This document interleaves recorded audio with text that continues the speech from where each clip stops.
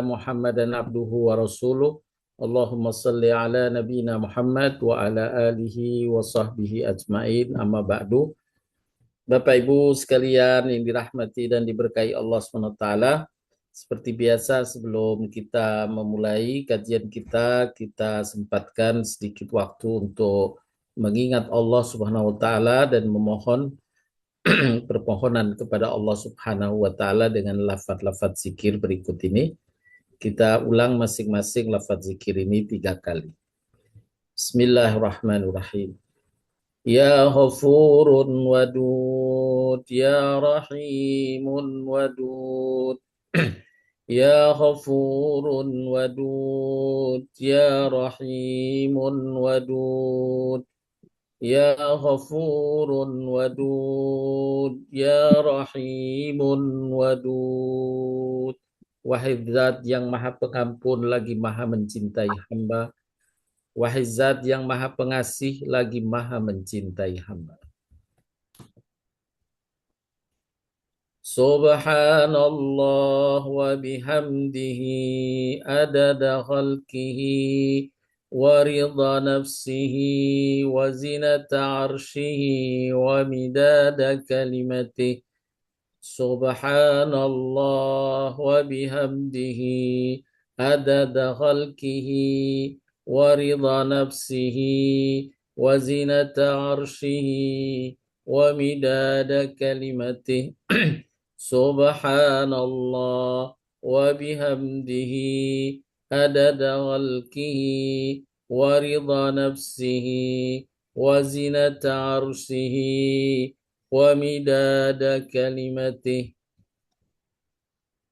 Bismillahi ma sya'allah, la yasukul khaira illallah. Bismillahi ma sya'allah, la yasrifu su'a illallah. Bismillahi ma sya'allah, ما كان من نعمة فمن الله.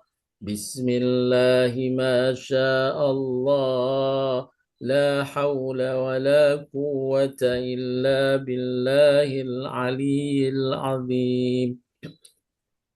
بسم الله ما شاء الله، لا يسوق الخير إلا الله. بسم الله ما شاء الله، لا يصرف السوء إلا الله. بسم الله ما شاء الله، ما كان من نعمة فمن الله. بسم الله ما شاء الله، لا حول ولا قوة إلا بالله العلي العظيم. بسم الله ما شاء الله، لا يسوق الخير إلا الله. بسم الله ما شاء الله، لا يصرف السوء إلا الله. بسم الله ما شاء الله، ما كان من نعمة فمن الله. بسم الله ما شاء الله، لا حول ولا قوة إلا بالله العلي العظيم. Dengan nama Allah yang segala sesuatu terjadi dengan kehendaknya. Tidak ada yang mendatangkan kebaikan kecuali Allah. Dengan nama Allah yang segala sesuatu terjadi dengan kehendaknya. Tidak ada yang menyingkirkan keburukan kecuali Allah. Dengan nama Allah yang segala sesuatu terjadi dengan kehendaknya. Tidak ada kenikmatan melainkan datang dari Allah. Dengan nama Allah segala sesuatu terjadi dengan kehendaknya. Tiada daya untuk berbuat kebaikan kecuali dengan pertolongan Allah. Dan tiada kekuatan untuk menghindar dari perbuatan maksiat kecuali dengan perlindungan Allah yang Maha Tinggi dan Maha Agung. Bapak Ibu sekalian, semoga lafaz zikir kita didengar dan diterima Allah Subhanahu wa taala dan Allah pasti akan mengingat kita dan menolong kita. Amin ya rabbal alamin. Baik, untuk selanjutnya kita akan masuk untuk kajian pagi hari ini sebagaimana telah disebarkan oleh Bu Lili. Tema kajian pagi ini adalah bulan haram, bulan menghindari kezaliman dan mensupport kebaikan. Bapak Ibu sekalian yang dirahmati dan diberkahi Allah Subhanahu wa taala, Allah Subhanahu wa taala telah berfirman dalam beberapa ayat di dalam Al-Qur'an berkaitan dengan bulan haram. Di antaranya dalam surat At-Taubah ayat 36. Allah Ta'ala berfirman, A'udzubillahi minasyaitonirrajim. Inna iddatash syuhuri indallahi 12 sahran fi kitabillahi yawma khalaqas samawati wal ard minha arba'atun hurum dzalikad dinul qayyim fala tadlimu fihinna anfusakum, yang artinya sesungguhnya bilangan bulan pada sisi Allah adalah 12 bulan. Dalam ketetapan Allah di waktu Dia menciptakan langit dan bumi, di antaranya 4 bulan haram.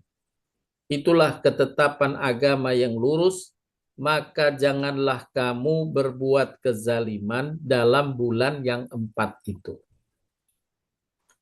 Dengan jelas ayat ini menjelaskan tentang larangan Allah berbuat kezaliman di 4 bulan dari 12 bulan yang Allah telah tetapkan dalam kehidupan manusia di muka bumi. Adapun 4 bulan tersebut dijelaskan oleh Nabi SAW dalam sabdanya, setahun berputar sebagaimana keadaannya sejak Allah menciptakan langit dan bumi. 1 tahun itu ada 12 bulan. Di antaranya ada 4 bulan haram. 3 bulan berturut-turut, yaitu Dzulqa'dah, Dzulhijjah, dan Muharram. 1 bulan lainnya adalah Rajab. Nah, Bapak Ibu sekalian, hari ini kita sudah memasuki bulan Dzulqa'dah. Insya Allah bulan depannya adalah bulan Dzulhijjah. Dan bulan depan berikutnya adalah bulan Muharram. Jadi kita sudah memasuki bulan haram ini berturutan. Dari mulai hari ini kita Dzulqa'dah, kemudian nanti bulan depannya Dzulhijjah, dan bulan berikutnya Muharram. Selama 3 bulan kita berada di bulan-bulan haram ini, yang kalau kita kembalikan kepada ayat tadi, di akhir ayat ini Allah memerintahkan, jangan kamu berbuat kezaliman dalam bulan yang 4 itu. Padahal kita sudah maklum, kezaliman itu dilarang oleh Allah sepanjang waktu, kapanpun dilarang kezaliman. Tapi di dalam bulan haram ini lebih khusus Allah menekankan, jangan berbuat kezaliman di 4 bulan ini. Kenapa? Karena dosanya Allah lipat gandakan dibanding dosa kezaliman di luar bulan yang 4 ini. Bulan yang 4 ini secara berurutan Dzulqa'dah, Dzulhijjah, Muharram, dan satu yang terpisah adalah bulan Rajab sebelum bulan Sa'ban. Kemudian pada ayat yang lain yang juga masih menjelaskan tentang bulan haram, kita temukan dalam surat Al-Baqarah 194. Allah berfirman, A'udzubillahi minasyaitonirrajim, Asy-syahrul haramu bisyahril haram wal hurumatu qisas. Faman i'tada 'alaikum fa'tadu 'alaihi bimithli ma i'tada 'alaikum wattaqullaha wa'lamu annallaha ma'al muttaqin. Bulan haram dengan bulan haram, dan padanya ada sesuatu yang patut dihormati. Patut dihormati. Apa yang patut dihormati? Dalam tafsir Ibnu Katsir dijelaskan adalah jangan kamu berlaku zalim khususnya pada sesama.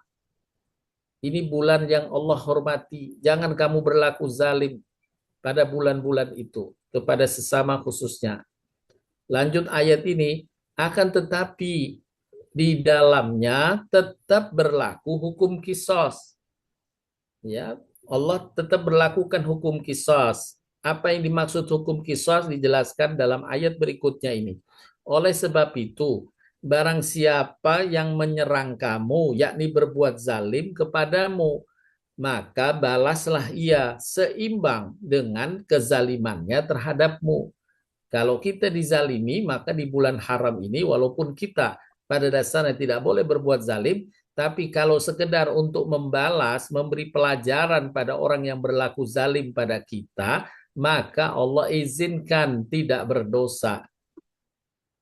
Kemudian di akhir ayat, bertakwalah kepada Allah, ketahuilah bahwa Allah beserta orang yang bertakwa. Tentu kita ingin disertai Allah, dan Allah menyatakan Allah menyertai hambanya yang bertakwa. Dan salah satu amal takwa adalah memenuhi perintah Allah, jangan berbuat zalim di bulan-bulan haram. Kecuali bila untuk memberi pelajaran saja kepada orang yang berlaku zalim kepada kita, itu pun hanya setara, tidak boleh lebih pembalasannya. Inilah yang disebut hukum kisos. Barang siapa yang berbuat zalim kepadamu, maka balaslah dia seimbang dengan kezalimannya terhadapmu. Jadi contoh kecil, kalau orang tersebut mencela kita, misalnya kurang ajar kamu, maka kalaupun kita merasa tidak bersalah, melakukan kisos dibolehkan dengan perkataan yang sama. Kamu juga kurang ajar. Nah, tapi tidak boleh ada tambahan, karena tambahan itu berbuat kezaliman. Misalnya dengan tambahan, kamu kurang ajar, lagi bangsat lagi. Naudzubillah, itu sudah kezaliman. Tambahan bangsat, kalimat bangsat ini adalah kezalimannya. Karena dia hanya dicela kurang ajar, tapi kok membalasnya lebih. Ini yang dimaksud dalam larangan Allah. Barang siapa berbuat zalim kepadamu, maka balaslah dia seimbang dengan kezalimannya terhadapmu. Selanjutnya, Bapak Ibu sekalian yang dirahmati dan diberkahi Allah SWT, mengapa bulan-bulan ini disebut bulan haram? Al-Qadi Abu Ya'la rahimahullah dalam kitab Zadul Ma'syir, beliau menyatakan bahwa bulan-bulan yang 4 ini dinamakan bulan haram karena 2 makna. Yang pertama, pada bulan tersebut diharamkan berbagai bentuk kezaliman, khususnya kezaliman pada sesama. Ada tekanan khusus kezaliman pada sesama. Kemudian yang kedua, pada bulan tersebut larangan untuk melakukan perbuatan haram lebih ditekankan daripada bulan lainnya karena mulianya bulan ini di sisi Allah. Allah yang memuliakan bulan ini. Demikian pula pada bulan itu sangat baik untuk melakukan amal ketaatan, khususnya ketaatan berupa kebaikan pada sesama. Ini penjelasan para ulama berkaitan dengan bulan haram yang 4 itu. Di dalam tafsir Ibnu Katsir juga beliau menukil ungkapan atau ucapan dari ulama tabi'in bernama Qatadah bin Di'amah rahimahullah. Imam Ibnu Katsir menukilkan ucapan beliau, amal soleh lebih besar pahalanya jika dikerjakan di bulan-bulan haram, sebagaimana kezaliman di bulan-bulan haram lebih besar pula dosanya dibandingkan dengan kezaliman yang dikerjakan di bulan-bulan lain. Meskipun secara umum kezaliman adalah dosa besar. Walaupun dosa, tapi kalau di bulan haram dilipat gandakan dosanya. Seperti amalan kebaikan dapat pahala di bulan lain, tapi di bulan haram dilipat gandakan pahalanya. Selanjutnya, larangan berbuat zalim tadi dijelaskan bahwa secara makna kata zalim meletakkan suatu perkara bukan pada tempatnya. Orang yang berbuat zalim dalam Al-Quran disebut zalimin. Ya. Adapun orang yang menempatkan sesuai pada tempatnya disebut adil atau adalah, yakni orang yang mengerjakan sesuai dengan apa yang diperintahkan. Secara umum, kata zalim adalah segala sesuatu perbuatan jahat ataupun perbuatan aniaya, baik kepada orang lain maupun kepada diri sendiri dan pada makhluk lainnya. Kepada diri sendiri termasuk juga bagian zalim, semisal seseorang minum minuman keras, itu merusak tubuhnya sendiri, maka dia berlaku zalim pada dirinya. Makan makanan yang dilarang, makanan haram, berarti dia memasukkan makanan haram ke dalam tubuhnya adalah bagian perbuatan zalim kepada dirinya. Juga disebutkan dalam Al-Quran, wala talmizul haqqo bil wala talmizu anfusakum. Ya, jangan kamu mencela dirimu sendiri. Mencela diri sendiri itu termasuk berbuat zalim pada diri. Ya, bodoh gue. Nah, itu adalah kezaliman pada diri sendiri. Tidak boleh berbuat zalim pada diri sendiri, termasuk mencela diri sendiri. Di dalam Al-Quran, Bapak Ibu sekalian, lebih dari 200 ayat yang menjelaskan tentang kezaliman ini. Di antaranya dalam surat Al-Imran ayat ke-57 Allah Ta'ala berfirman, A'udzubillahi minasyaitonirrajim, wa ammal ladzina amanu wa amilus salihati fayuwaffihim ujurahum wallahu la yuhibbudz zalimin. Adapun orang yang beriman dan mengerjakan amal soleh, maka Allah akan memberikan kepada mereka pahala mereka dengan sempurna atas amalan-amalan mereka. Dan Allah sangat benci kepada orang yang zalim. Allah menyatakan kebenciannya pada orang-orang yang zalim ini. Allah tidak suka pada orang yang zalim. Kemudian dalam ayat yang lain Allah menegaskan siapa yang zalim itu.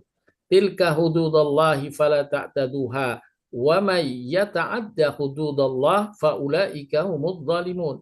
Itulah hukum-hukum Allah, maka jangan kamu melanggarnya.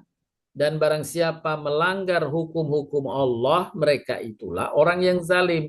Jadi orang yang zalim adalah orang yang melanggar hukum Allah. Allah melarang begini, dia langgar saja larangan itu, maka dia masuk kategori orang yang zalim. Dalam ayat yang lain, bal huwa ayatum bayyinatum fi suduril ladina utul ilm wa ma yajhadu bi ayatina illa dhalimun. Sebenarnya Al-Quran adalah ayat-ayat yang nyata dalam dada orang yang diberi ilmu. Dan tidak ada yang mengingkari ayat-ayat kami kecuali orang yang zalim. Jadi pengingkaran terhadap ayat Allah juga Allah definisikan sebagai orang yang zalim. Para ulama menyebutkan bahwa di dalam Al-Quran menjelaskan tentang kezaliman dan contoh-contoh perbuatan zalim, di antaranya adalah mempersekutukan Allah, mendustakan Allah, menyembunyikan kebenaran, menyalahi janji, orang yang fasik, menyalahgunakan jabatan dan amanah yang diberikan, mengambil hak orang lain, menyakiti sesama, orang yang mengingkari Rasul SAW, serta perbuatan yang melanggar hukum lainnya yang Allah telah tetapkan. Nah, berkaitan dengan perbuatan-perbuatan zalim ini, Nabi SAW mengkategorikan menjadi 3 kategori. Dari banyaknya perbuatan zalim, Nabi meringkaskan untuk mempermudah kita memahami kezaliman ini dengan 3 kategori.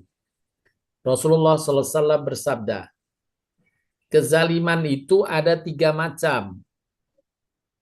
Yang pertama, kezaliman yang tidak diampunkan Allah.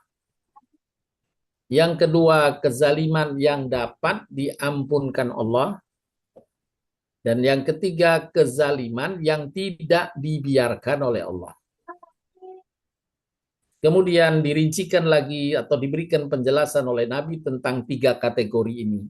Yang pertama, kezaliman yang tidak diampunkan Allah. Yang kedua, kezaliman yang dapat diampunkan Allah. Dan yang ketiga, kezaliman yang tidak dibiarkan Allah. Lanjut dari penjelasan Nabi. Adapun kezaliman yang tidak diampunkan Allah ialah syirik.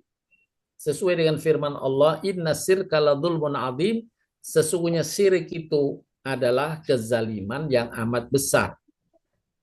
Nah, ini kezaliman macam pertama adalah kesyirikan. Kemudian, adapun kezaliman yang dapat diampunkan Allah, yang dapat diampunkan Allah adalah kezaliman seorang hamba terhadap dirinya sendiri dalam hubungan dia terhadap Allah. Ya, semisal Allah memerintahkan agar kita bisa meraih manfaat dunia akhirat dengan menjaga sholat, dengan melaksanakan puasa. Kemudian hamba itu abai dari melaksanakan sholat, maka dia sesungguhnya menzalimi dirinya sendiri. Dia abai terhadap puasa, padahal sumu tasihu, berpuasalah, niscaya kalian sehat. Jadi orang yang meninggalkan puasa Ramadan, maka keburukannya kembali kepada dirinya. Nah, berarti dia menzalimi dirinya sendiri. Juga makan makanan yang haram itu menzalimi dirinya sendiri. Mencela diri itu bagian menzalimi diri sendiri. Ini kategori kezaliman yang kedua yang Nabi sebutkan, kezaliman yang dapat diampunkan Allah. Kemudian kezaliman yang ketiga, Nabi menjelaskan kezaliman yang tidak dibiarkan oleh Allah adalah kezaliman hambanya di antara sesama mereka. Jadi menzalimi orang lain. Ini bentuk kezaliman yang ketiga yang Nabi menyebutkannya kezaliman yang tidak dibiarkan oleh Allah. Apa yang dimaksud tidak dibiarkan oleh Allah? Pasti dituntut kelak oleh mereka yang dizalimi. Allah biarkan orang yang dizalimi menuntut nanti di padang mahsyar saat hisab. Ya Allah, saya pernah dizalimi oleh si X ini. Maka sesuai penjelasan Nabi, pahala dari orang yang menzalimi diambil sebagiannya diberikan kepada orang yang dizalimi nanti. Kalau nggak punya pahala, maka dosa orang yang dizalimi diambil setara dengan kezalimannya, diambil dibebankan kepada orang yang menzalimi. Itulah yaumul hisab di pada mahsyar nanti. Yakni Allah tidak membiarkan dosa semacam ini, pasti Allah akan adili di pada mahsyar. Nah, berkaitan dengan kezaliman yang ketiga ini, Nabi SAW juga mengungkapkan tentang orang yang bangkrut. Nanti kita akan sampaikan ya, tentang siapa orang yang bangkrut. Jadi dari hadis tadi, Bapak Ibu sekalian yang dirahmati Allah SWT, Nabi menjelaskan ada 3 macam kategori kezaliman. Yang pertama, kezaliman yang tidak diampunkan Allah, yakni dosa syirik. Yang kedua, kezaliman yang diampunkan Allah, pelanggaran terhadap hak-hak Allah terhadap diri kita dan menzalimi diri sendiri. Dan yang ketiga, kezaliman yang tidak dibiarkan oleh Allah, yakni kezaliman pada sesama. Yang kelak akan Allah bangkitkan di pada mahsyar, mereka yang dizalimi bisa menuntut terhadap kezaliman yang dideritanya kepada orang yang menzaliminya. Nah, berkaitan dengan kezaliman macam pertama, kezaliman syirik, Allah Ta'ala berfirman dalam surat Luqman ayat 13, Inna syirka la dzulmun adzim. Sesungguhnya mempersekutukan Allah adalah benar-benar kezaliman yang besar. Bahaya dari kezaliman yang pertama disebutkan, diingatkan oleh Allah Subhanahu wa taala dalam beberapa ayat berikut. Yang pertama dalam surat Al-An'am ayat 88 Allah berfirman yang artinya seandainya mereka mempersekutukan Allah, berbuat syirik, niscaya lenyaplah dari mereka amalan yang telah mereka kerjakan. Dihapus pahala amalannya. Ini bahaya yang besar kezaliman syirik. Satu contoh diungkapkan oleh Nabi dalam sabdanya, siapa yang datang atau mendatangi seorang dukun atau tukang sihir, kemudian dia meminta sesuatu darinya berkaitan dengan sihir dan perdukunannya, maka dihapuskan pahala sholat 40 hari. Pahala sholat 40 hari dihapus. Hanya sekali datang ke dukun atau ke tukang sihir. Nah, ini diingatkan karena Allah berfirman, niscaya lenyap dari mereka amalan yang telah mereka kerjakan. Dalam ayat yang berikutnya Az-Zumar 65, Allah berfirman yang artinya, jika kamu mempersekutukan Allah, jadi berlaku syirik, niscaya akan hapuslah amalmu. Dan tentu kamu termasuk orang yang merugi. Sudah ngumpulin pahala dengan amal-amal kebaikan yang banyak, terhapus begitu saja. Allah hapuskan karena amal-amal kesyirikan. Contoh tadi amal kesyirikannya, datang ke dukun 40 hari, sholat 5 waktunya dihapus. Dalam ayat berikutnya surat Al-Maidah 72 Allah berfirman pula yang artinya sesungguhnya orang yang mempersekutukan sesuatu dengan Allah maka pasti Allah mengharamkan kepadanya surga dan tempatnya adalah neraka. Na'udzubillah min dzalik.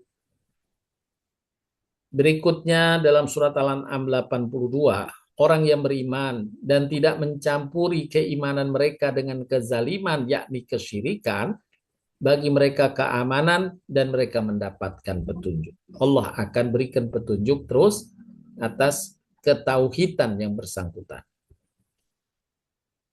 Kemudian dalam surat An-Nisa Allah mengabarkan dosa-dosa yang lain itu Allah mudah ampunkan kecuali dosa syirik.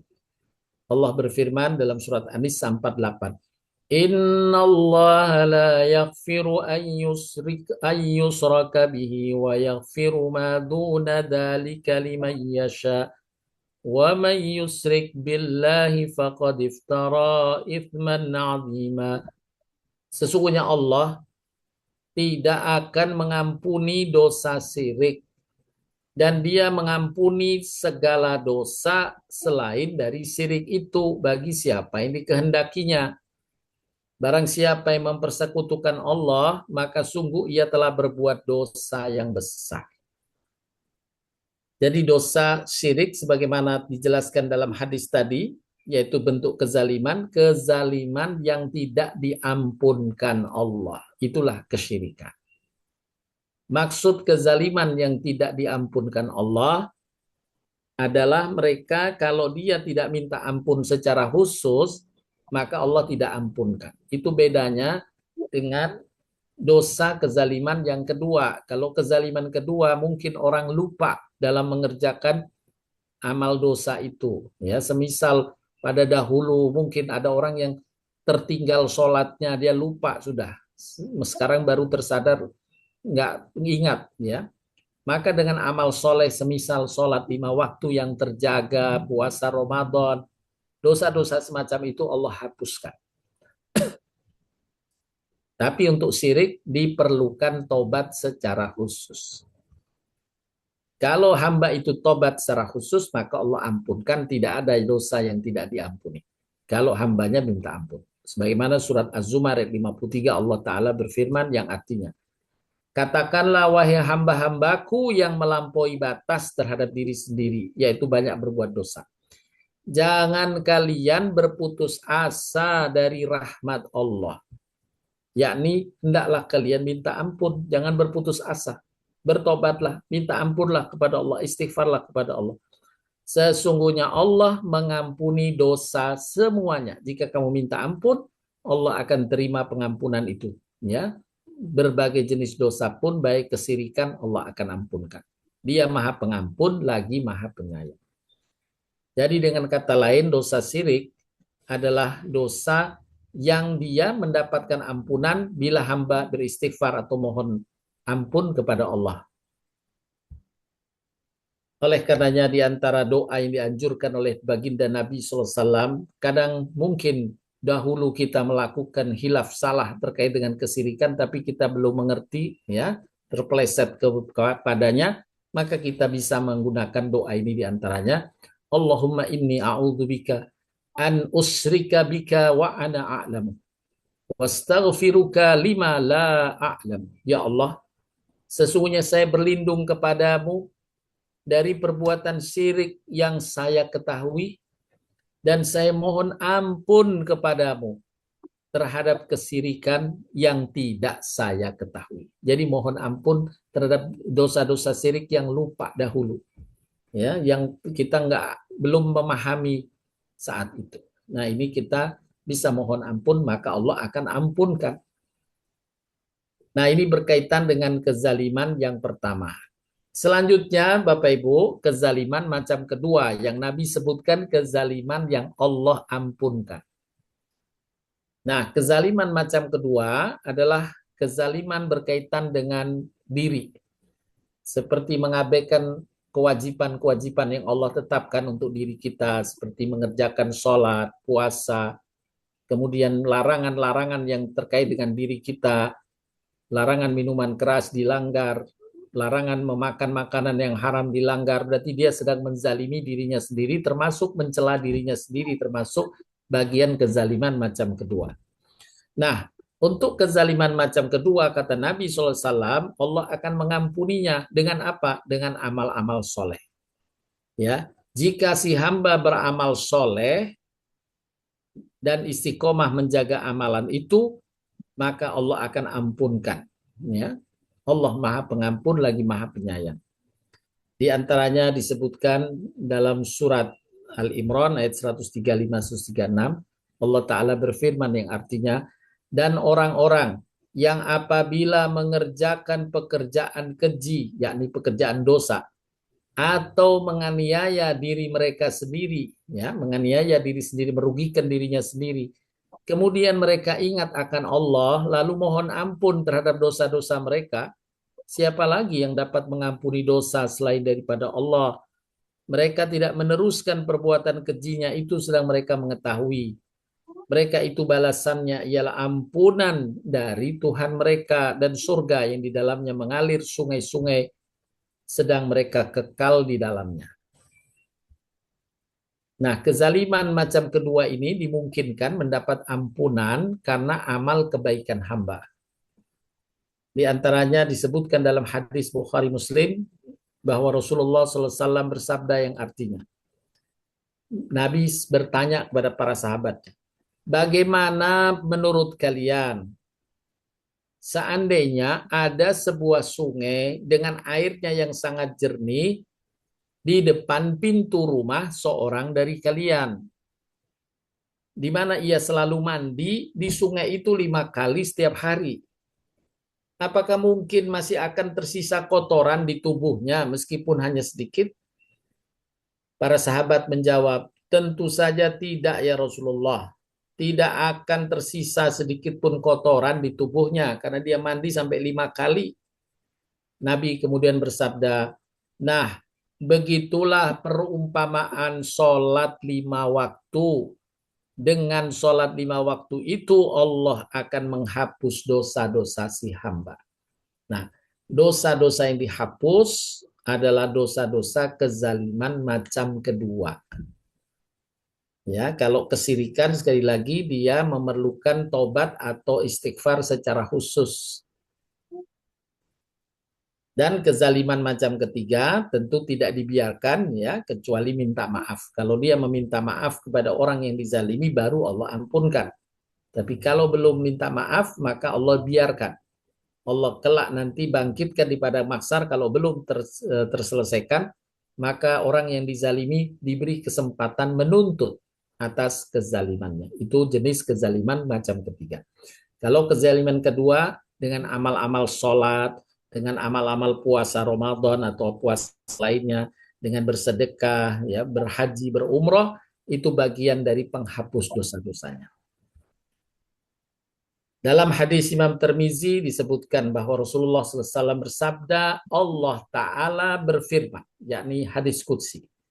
Wahai anak Adam, seandainya kamu datang kepadaku dengan membawa dosa hampir sepenuh isi bumi, lalu kamu menemuiku dalam keadaan tidak mempersekutukanku dengan sesuatu apapun, ya, tidak berlaku syirik, tapi mungkin melakukan hilaf, salah dan dosa, kata Allah, niscaya aku pun akan mendatangimu dengan ampunan sebesar itu pula. Allah memberikan ampunan sebesar dosanya itu semuanya diampunkan Allah ya bila seseorang menghadap Allah kelak tanpa penyekutuan terhadapnya, yakni tidak berlaku syirik. Inilah kezaliman macam kedua yang diampunkan Allah. Selanjutnya kezaliman macam ketiga, kezaliman yang tidak dibiarkan begitu saja oleh Allah, adalah kezaliman pada sesama. Nabi SAW bersabda, dan ini adalah hadis qudsi dari Imam Muslim, Rasulullah bersabda, Allah Ta'ala berfirman, wahai hamba-hambaku, sesungguhnya aku mengharamkan atas diriku untuk berbuat zalim kepada hamba-hambaku. Aku mengharamkan pula atas kamu sekalian, maka janganlah kamu sekalian saling menzalimi satu dengan yang lain. Jangan berlaku zalim pada sesama. Nah, ini kezaliman macam ketiga. Allah berfirman pula dalam surat Asy-Syura ayat 41-43 yang artinya, sesungguhnya orang-orang yang membela diri sesudah dizalimi tidak ada satu dosa pun atas mereka. Ini tadi kisos ya.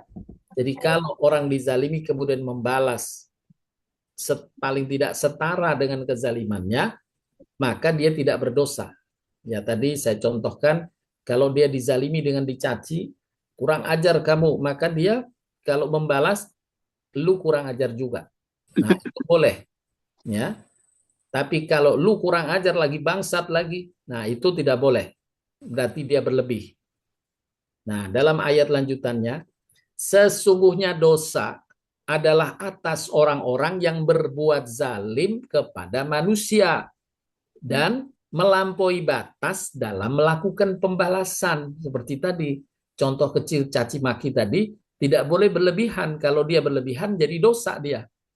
Walaupun awalnya dia dizalimi, tapi membalasnya berlebihan, dia dosa. Dia boleh hanya membalas sebatas ukuran di mana dia dizalimi. Tapi di akhir ayat, Bapak Ibu sekalian, Allah berikan bonus besar kepada yang mengamalkan akhir ayat ini. Tetapi orang yang bersabar dan memaafkan, sesungguhnya perbuatan yang demikian itu termasuk hal-hal yang diutamakan. Allah perbesar pahala kalau kita kemudian dizalimi orang selama tidak mengganggu dalam agama kita, ya. Artinya kezaliman itu cuma dicaci dan sebagainya, kemudian kita bersabar, dapat bonus besar dari Allah. Itulah amal-amal yang diutamakan oleh Allah. Disuruh kita bersabar dan memaafkan kezaliman orang lain selama kezaliman itu tidak menyebabkan kita tidak bisa mengerjakan agama dengan benar dan tidak mengusir kita dari negeri kita. Tapi kalau dia merusak agama kita dan mengusir dari kampung halaman kita, maka wajib kita membela diri. Ya, wajib membela diri, tidak memaafkan. Nah, itu berkaitan dua hal. Satu, karena mengganggu agama, dan yang kedua, mengusir kita dari kampung halaman, yakni menjajah atau dari negeri kita. Maka kita tidak boleh memaafkannya, harus membela diri. Nah, ini kezaliman macam ketiga. Nah, di antaranya ada korupsi, ya. Ini juga kezaliman yang besar, menumpahkan darah, menyia-nyiakan, tidak menunaikan hak orang lain, mengancam jiwa, memfitnah, mencaci maki, mencerca, mencemarkan nama baik. Ini semua adalah bentuk-bentuk kezaliman pada sesama. Nabi bersabda, sesungguhnya darah-darahmu, harta-hartamu, kehormatanmu diharamkan atas kamu sekalian. Maksudnya, jangan mengganggu orang lain berkaitan dengan darahnya, hartanya, dan kehormatannya. Dan itu bentuk kezaliman ketiga yang tidak dibiarkan Allah. Dalam surat Asy-Syura, sesungguhnya dosa adalah atas orang yang berbuat zalim kepada manusia dan melampaui batas di muka bumi tanpa hak. Mereka itu mendapat azab yang pedih. Adapun bahaya kezaliman bentuk ketiga ini adalah dia akan mengurangi pahala hamba saat di padang mahsyar nanti. Sebagaimana disebutkan dalam hadis Imam Bukhari Muslim, Rasulullah SAW bersabda, siapa yang merasa pernah berbuat zalim kepada saudaranya, baik berupa kehormatan badan atau harta atau yang lainnya, hendaknya segera meminta maaf sekarang juga, sebelum datang suatu hari yang tiada harta dan dinar atau dirham, yakni tidak ada kekayaan yang bisa dimanfaatkan.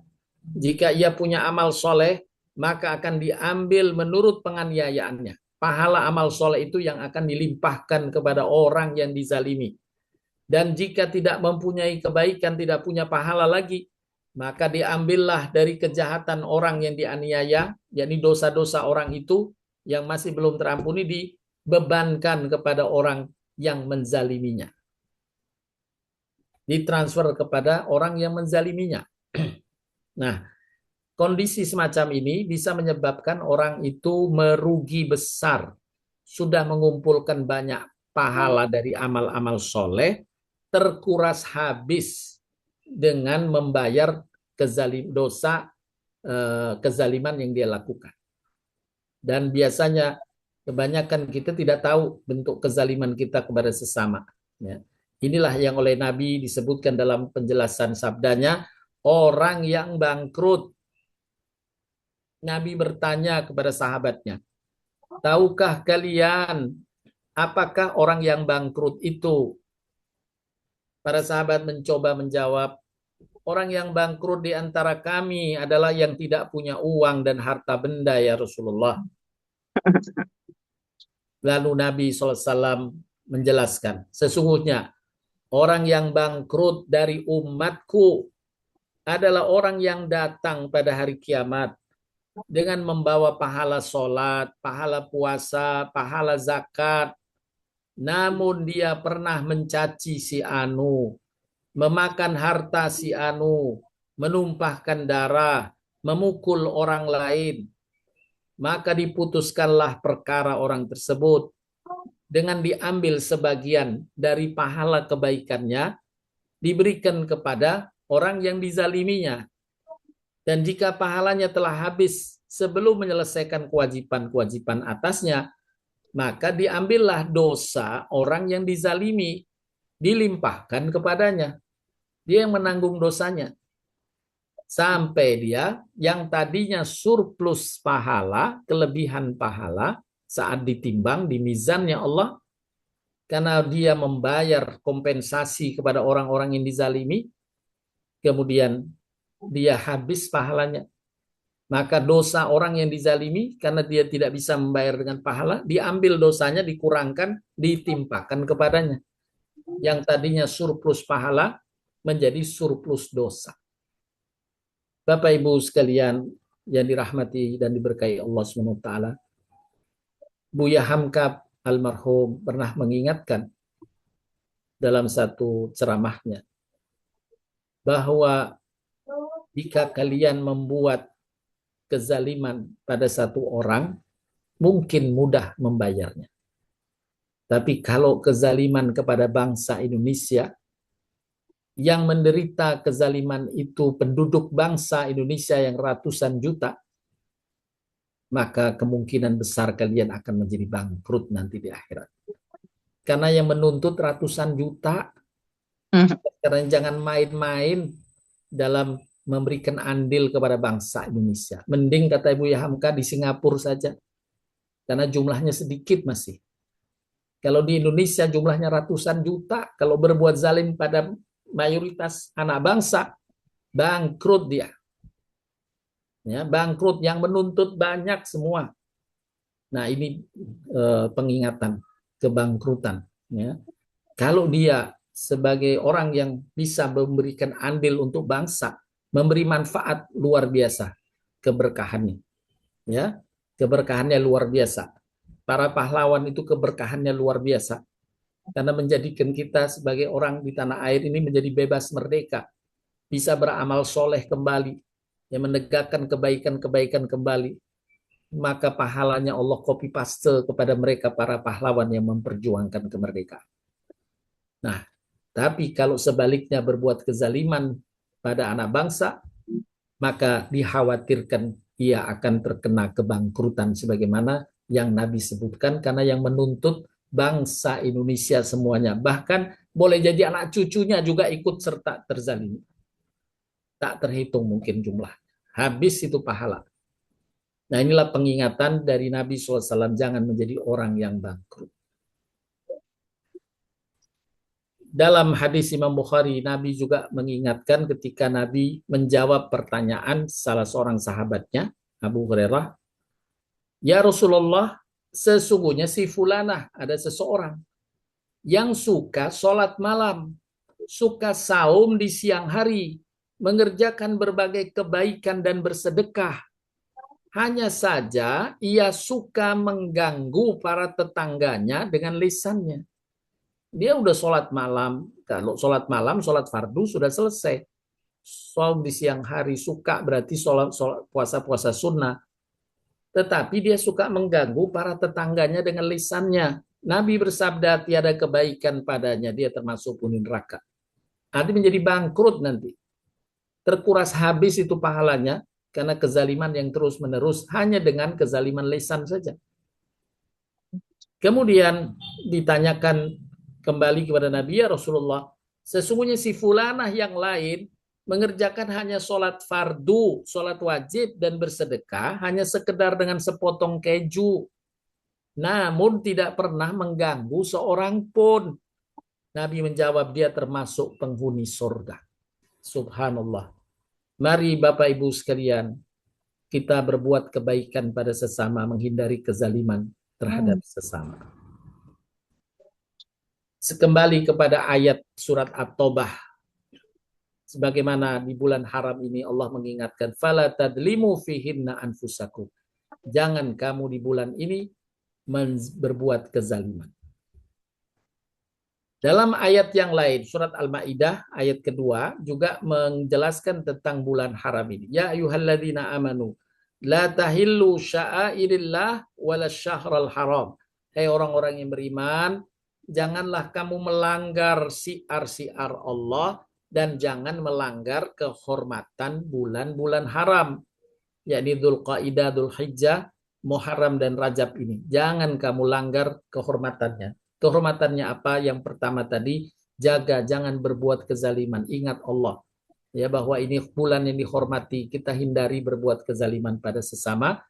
Dan yang kedua, Allah perintahkan juga, ya, jaga kehormatan bulan-bulan haram, jangan kamu langgar kehormatan bulan haram dengan cara amalan lainnya dalam surat Al-Maidah 2 di bagian akhir, dan tolong menolonglah kamu dalam mengerjakan kebajikan dan takwa. Jangan tolong menolong dalam berbuat dosa dan pelanggaran.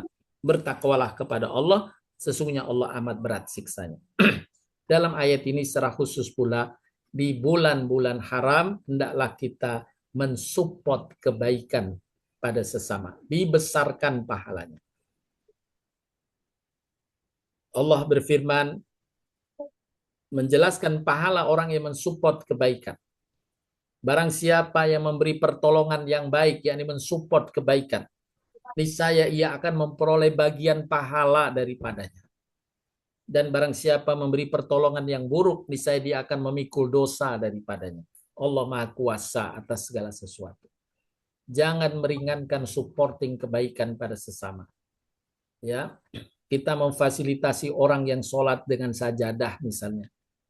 Maka pahala orang sholat itu di copy paste diberikan kepada orang yang memfasilitasi. Kita memfasilitasi Al-Quran. Orang membaca Quran, setiap dia baca Quran dapat pahala orang itu. Pahalanya di copy paste diberikan kepada orang yang mensupport dengan Al-Quran tadi. Oleh karenanya itu bagian dari support kebaikan diperintahkan wabil khusus pada bulan-bulan haram ini. Selain kita dicegah untuk berbuat kezaliman khususnya pada sesama, dan diminta pula oleh Allah di bulan-bulan haram ini meningkatkan supporting kebaikan kita pada lingkungan dan sesama kita.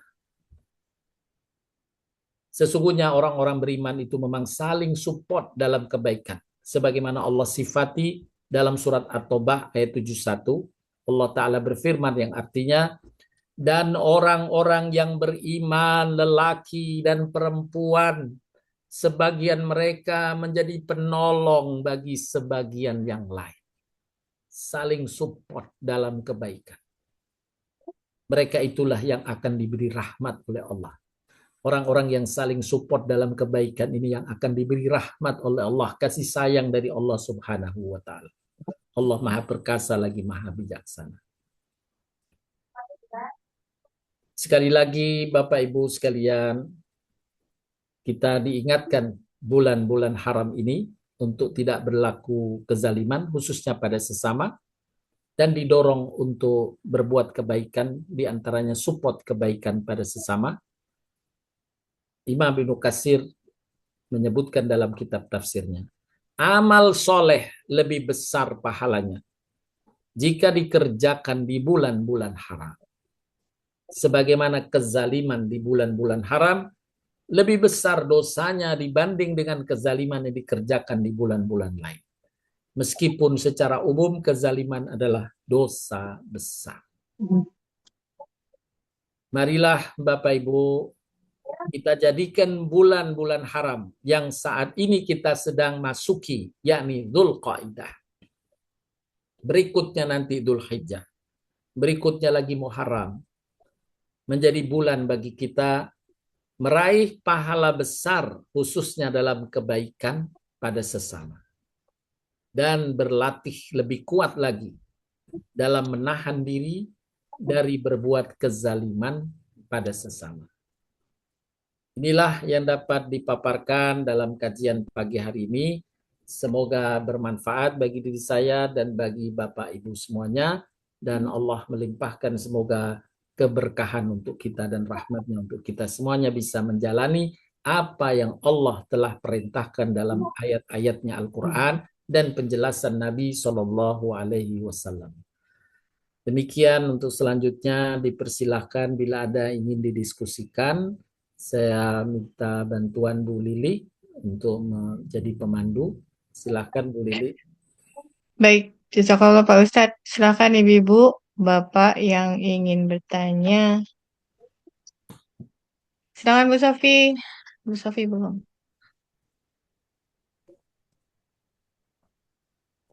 Pak Ustadz, saya mau bertanya deh. Boleh Kalau silakan Bu Lili. dibilang zalim itu batasannya apa?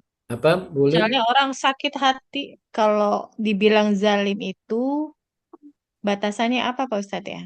Misalnya ada orang yang merasa sakit hati tapi sebenarnya kayaknya biasa aja gitu. Artinya biasa saja dari sisi apa celaannya gitu. Dari orang lain dan dari pihak yang lain gitu loh. Baik. Oleh karenanya kita harus empati ya terkait dengan perasaan orang lain. Ya, hati-hati. Ya, karena kadang kita tidak menyangka orang lain itu sakit hati, tapi sesungguhnya secara lumrahnya orang itu bisa sakit hati. Ya, bisa sakit hati. Tapi kalau sikap seperti artinya kita sebenarnya biasa, tidak berniat menyakitinya gitu kan, ada niatnya juga ya. Tidak berniat menyakitinya, tapi kemudian melakukan amalan itu sebenarnya tidak salah, tidak masuk kategori yang salah menurut syariat gitu ya. Ya, tidak masuk yang salah, tapi orang yang terkena dampak itu kemudian sakit hati, ya itu tidak masuk kategori dosa, itu sakit hati yang berlebihan. Begitu, sakit hati yang berlebihan. Begitu Bu Lili ya, misalnya ada orang yang menegur misalnya ya, menegur, kamu nggak boleh begitu dong gitu, lalu sakit hati dia. Ya, padahal cuma nyebut nggak boleh begitu. Nah, itu berlebihan sakit hatinya. Ya. Itu bagi orang yang menegurnya tadi tidak masuk kategori berbuat zalim. Begitu Bu Lili. Baik, Pak Ustadz. Ini ada yang udah raise hand tapi nggak ada namanya. Silahkan yang iPhone. Silakan. Assalamualaikum. Bu Sofi. Ya, Assalamualaikum. Iya, silakan Bu Sofi. Waalaikumsalam warahmatullahi wabarakatuh. Pak, apakah dikatakan berbuat zalim apabila jadi kita ini sholatnya itu pada akhir ini saja, bukan dari umur 13 tahun yang diwajibkan syariat untuk mulai sholat begitu. Jadi dari mulai umur kecil ya begitu sudah sholat, atau sekarang ini bisa menghapus apa-apa yang kita belum melakukan pada waktu masa kecil itu, Pak. Iya, Berbuat iya, sholat. betul, itu betul. Jadi amal-amal kebaikan kita, ibadah sholat, ibadah saum yang sekarang kita kerjakan, itu menghapuskan hilaf salah kekurangan kita di masa-masa lalu. Itu terhapuskan, ya. Begitu. Bahkan maaf, orang yang misalnya mu'alaf, Ya. mu'alaf, itu pun kalau dia sudah mu'alaf bersahadat, Allah hapuskan semua dosanya. Ya, semua dosanya dihapuskan, Masa lalu, ya. tapi pahala kebaikan pada sesama Allah bangkitkan. Walaupun saat melakukan kebaikan itu mereka tidak berniat sesuai dengan perintah Allah. Tapi Allah mengapresiasi kebaikannya pada sesama yang dulu dia lakukan sebelum dia bersahadat, itu Allah bangkitkan. Tapi kebaikan pada sesama. Sedangkan dosa-dosa yang lainnya Allah hapuskan. Begitu, Bu Sofi. Ya. Ya, jadi kita cukup dengan ini ya Pak ya, istighfar saja apa yang kita belum melakukan terdahulu itu sudah bisa. Apalagi ditambah istighfar ya, tentu lebih baik lagi. Jadi istighfar, memperbanyak istighfar, dan memperbanyak amal soleh, diantaranya tentu menjaga sholat 5 waktu. Tadi dalam hadis, orang yang sholat 5 waktu itu kata Nabi seperti seseorang yang di depan rumahnya ada sungai jernih mengalir. Setiap hari dia mandi di sungai itu 5 kali kata Nabi. Kemudian Nabi nanya, apakah tubuhnya bersih atau masih kotor? Sahabat menjawab, sudah bersih. Begitulah perumpamaan orang yang menjaga sholat 5 waktu, maka dosa-dosa masa lalunya dihapuskan Allah. Oh iya. Itu contoh ya, juga puasa Ramadan. Man shoma Ramadhana imanan wahtisaban ghufira lahu ma taqaddama min dhanbi. Barang siapa berpuasa di bulan Ramadan dengan iman dan kesungguhan untuk mendapatkan meraih pahala dari Allah, niatnya ikhlas, maka Allah hapuskan dosa-dosa yang mereka lakukan terdahulu. Begitu Bu Sofi. Iya Pak, satu lagi Pak, jadi begini, pada waktu ini saya alami sendiri pada waktu saya masih sekolah SMP. Itu ada seorang teman yang satu kelas, tapi saya tidak begitu kenal dengan dia. Dia anak laki Pak, seumur saya. Itu tuh sukanya menyindir aja gitu loh Pak. Jadi kita nggak berbuat apa-apa, tapi menyindir apapun kita yang lagi pakai, apa kita lagi bicara tuh nyindir tuh. Jadi Pak ya itu karena terus menerus saya nggak sabar Pak. Saya pukul dia Pak. Anak laki itu, dia nggak membalas, mungkin karena nggak berani membalas, saya perempuan, mungkin begitu. Nah ini untuk menetralkan saya berbuat begitu tuh bagaimana Pak? Ya, saya dia. Baik, kalau dia mukmin, kita kirimkan doa untuk yang bersangkutan. Ya Allah ampunilah dia, ya Allah maafkanlah dia, rahmatilah dia. Nah itu akan insya Allah menjadi kompensasi nanti kalau dia akan menuntut. Oh ya, gitu, jadi Bu. Ya jadi tidak perlu mencari-cari di mana dia sekarang berada, gitu nggak usah ya Pak ya? Kalau umurnya 15 tahun dahulu, kayaknya belum ada WhatsApp ya Bu ya? Oh iya. Atau dia sudah tiada, kita nggak tahu iya, ya Pak. Jadi ya sudah, pakai pepatah saja Bu. Iya. Kalau namanya masih hafal saya Pak, namanya. Yang mencarinya susah nanti. Iya, sudah nggak tahu dia masih hidup atau tidak. Ya tadi aja Ibu tinggal memohonkan ampun untuk yang bersangkutan. Oh iya Pak. Ini rahasia jadi kebuka nih. Rahasia kecil. Masa kecil. Terima kasih Pak Farhat. Sama-sama Bu Sofi. Silakan yang lain. Silakan untuk yang lain. Belum ada Pak Ustadz saat ini.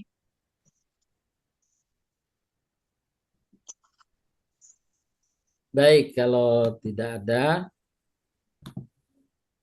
mari kita, tadi saya ambil kesimpulannya, kita manfaatkan sekali lagi bulan-bulan haram yang kita sedang lalui ini dengan dua amalan yang secara khusus di Al-Quran tadi Allah sebutkan surat At-Taubah ayat 36, dan surat Al-Maidah ayat 2. Yang At-Taubah 36, jangan kamu berbuat kezaliman kepada khususnya pada sesama, dan yang surat Al-Maidah saling tolong menolonglah kalian, supporting dalam kebaikan. Allah mengingatkan secara khusus di bulan-bulan haram ini.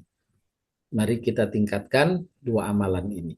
Ini ada satu yang Iya, ada yang bertanya. Silakan Ibu. Assalamualaikum warahmatullahi wabarakatuh. Waalaikumsalam warahmatullahi wabarakatuh. Silakan. HP saya kayaknya ini nggak ada masalah Pak Ustadz, Bu Oh Lili. iya, suaranya sudah khas. Oh Pak. iya. Mohon Suaranya maaf. udah tahu Pak Buana. Mohon maaf. Pak Ustadz, mau tanya, kan tadi saya selalu belum pernah bertanya nih, sebenarnya kalau seandainya orang sudah menzalimi seseorang, kemudian dia bertaubat, lalu kemudian Allah, insya Allah kan akan memaafkannya. Nah, sekarang kalau ternyata orang tadi menzalimi orang dan kemudian berbuat kerusakan, alam itu sudah rusak misalnya Pak Ustadz, katakanlah misalnya merubah konstitusi dengan MK-nya gitu ya Pak Ustadz ya. Negara sudah rusak, kemudian dia bertaubat, Allah memaafkan misalnya. Tapi hasil kejahatannya atau hasil kezalimannya kan itu masih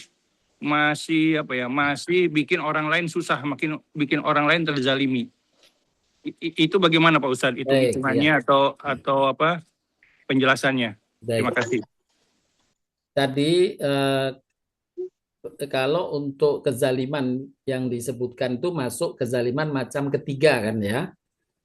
Macam ketiga. Maka kezaliman macam ketiga itu taubat, kita taubat ya, itu dapat pahala dari tobatnya.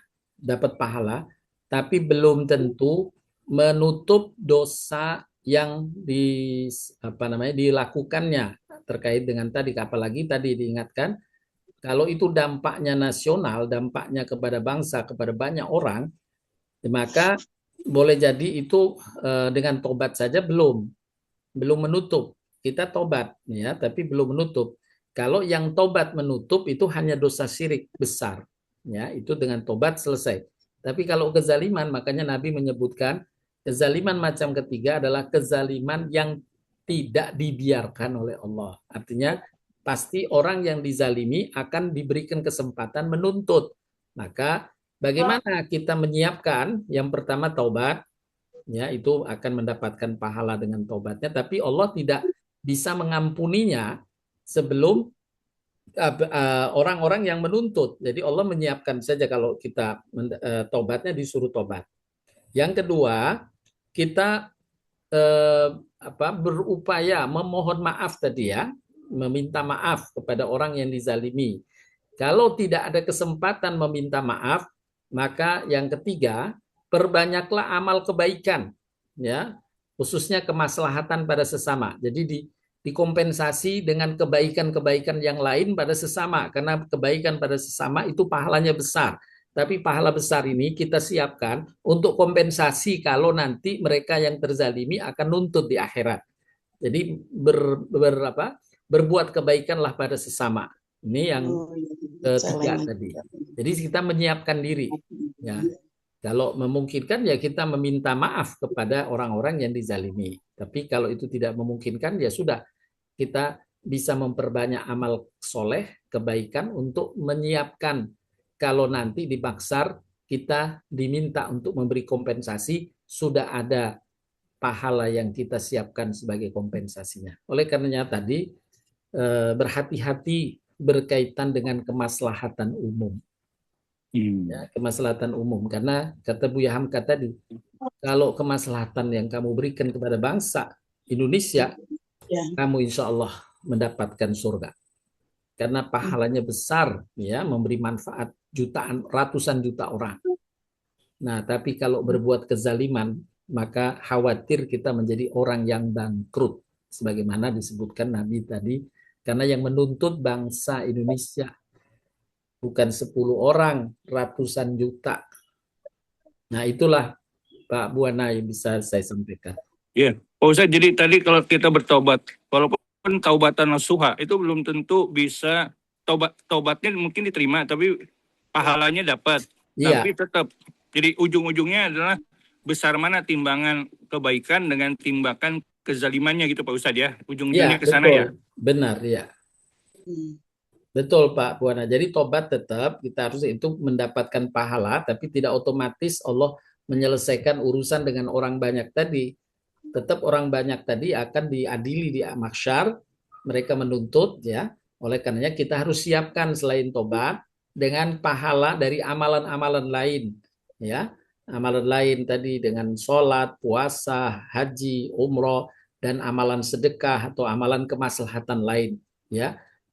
Misalnya untuk mendapatkan pahala besar kemaslahatan pada sesama, bangun masjid, itu kemaslahatannya kan jariah terus, mengalir terus itu.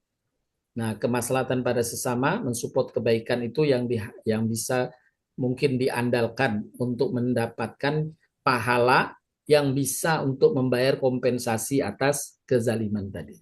Iya, iya. Jadi sekali lagi Pak Ustadz ya, saya ini kalau kita kezaliman dilakukan di bulan haram, di malam Lailatul Qadar gitu ya, Iya, itu kan juga akan berlipat juga ininya, apa betul. dosanya. Iya. Kemudian kita mencoba membalas dengan berbuat kebaikan yang belum tentu juga istilahnya pahalanya sebanding dengan kezaliman yang tadi ya. Jadi artinya Betul, kita ya. tetap Makanya harus yang berlomba-lomba ya Pak Ustadz ya. Iya, berlomba-lomba itu. Tapi yang paling aman tadi dari Nabi, pesan tadi, segera kamu minta maaf gitu, selesaikan urusan itu segera, ya kan? Itu Iya, iya. paling aman. Tapi kalau nggak mungkin, ya seperti tadi Bu Sofi menyampaikan orangnya sudah tahun 60-an, udah nggak tahu Tahun jejaknya di 58, mana. tahun 58. Tahun berapa Bu? 58. Oh, Januari lagi ya. Jadi udah nggak mungkin, susah untuk ketemu ya, dan juga mengingatnya juga repot sekarang kan. Ya sudah, itu kita kompensasi dengan mendoakan yang bersangkutan, ya. Kemudian kita mengumpulkan pahala sendiri untuk menyiapkan bekal kalau ditagih. Ya mudah-mudahan dengan kita mendoakannya, dia akan merelakan kita ya, karena di alam kubur ketika kita mendoakan seseorang, di alam kubur itu orang di alam barzakh dia mendapatkan kabar ya, mendapatkan kabar kamu didoakan oleh Pak Buana, itu mendapatkan kabar ya, maka itu bisa mungkin nanti menuntutnya dia memaafkannya. Wallahu a'lam. Saya belum pernah mendoakan Pak. Terima kasih Pak Ustadz. Ya, sama-sama Pak Buana, sehat selalu. Amin. Doa Pak Ustadz juga sehat selalu. Amin. Baik Bu Lili. Tahun 1958. Iya Pak Ustadz, sudah tidak ada lagi Pak Ustadz. Kita cukupkan dulu kajian kita pada pagi atau siang hari ini. Mohon maaf bila ada kata yang kurang berkenan. Mari kita sama-sama berupaya mengisi bulan-bulan haram yang berurutan ini dengan kebaikan-kebaikan, khususnya supporting pada sesama dalam kebaikan, dan terus mengasah diri, menahan diri dari berbuat kezaliman pada sesama.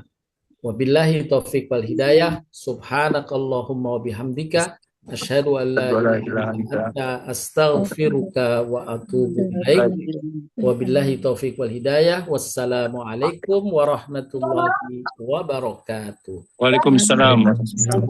Jadi kalau Pak Ustadz, Bu Lili, Sama Pak semuanya. Buana, Bu Lili, Pak Budi, Bu Lili, Bu Sofi, Bu Yani. Berangkat haji tanggal berapa Pak Ustadz? Mas, kenapa? Sehat-sehat Pak. Berangkat Ya, haji amin, tanggal amin, berapa? Rabbal alamin, semuanya sehat, insyaallah. Ya amin. Assalamualaikum Pak Ustaz. Waalaikumsalam warahmatullahi wabarakatuh. Berangkat haji tanggal berapa Pak Ustadz? Ini hampir tiap hari sudah ada yang berangkat. Pak Ustadz maksudnya. Thayyibat orang maksudnya. Oh, kemungkinan tanggal 18 atau 19 Mei. Baiklah. Baik Bu Lili, terima kasih Bu Sofi, semuanya saya pamit duluan. Sehat-sehat selalu Pak Warha. Terima Amin, kasih. amin.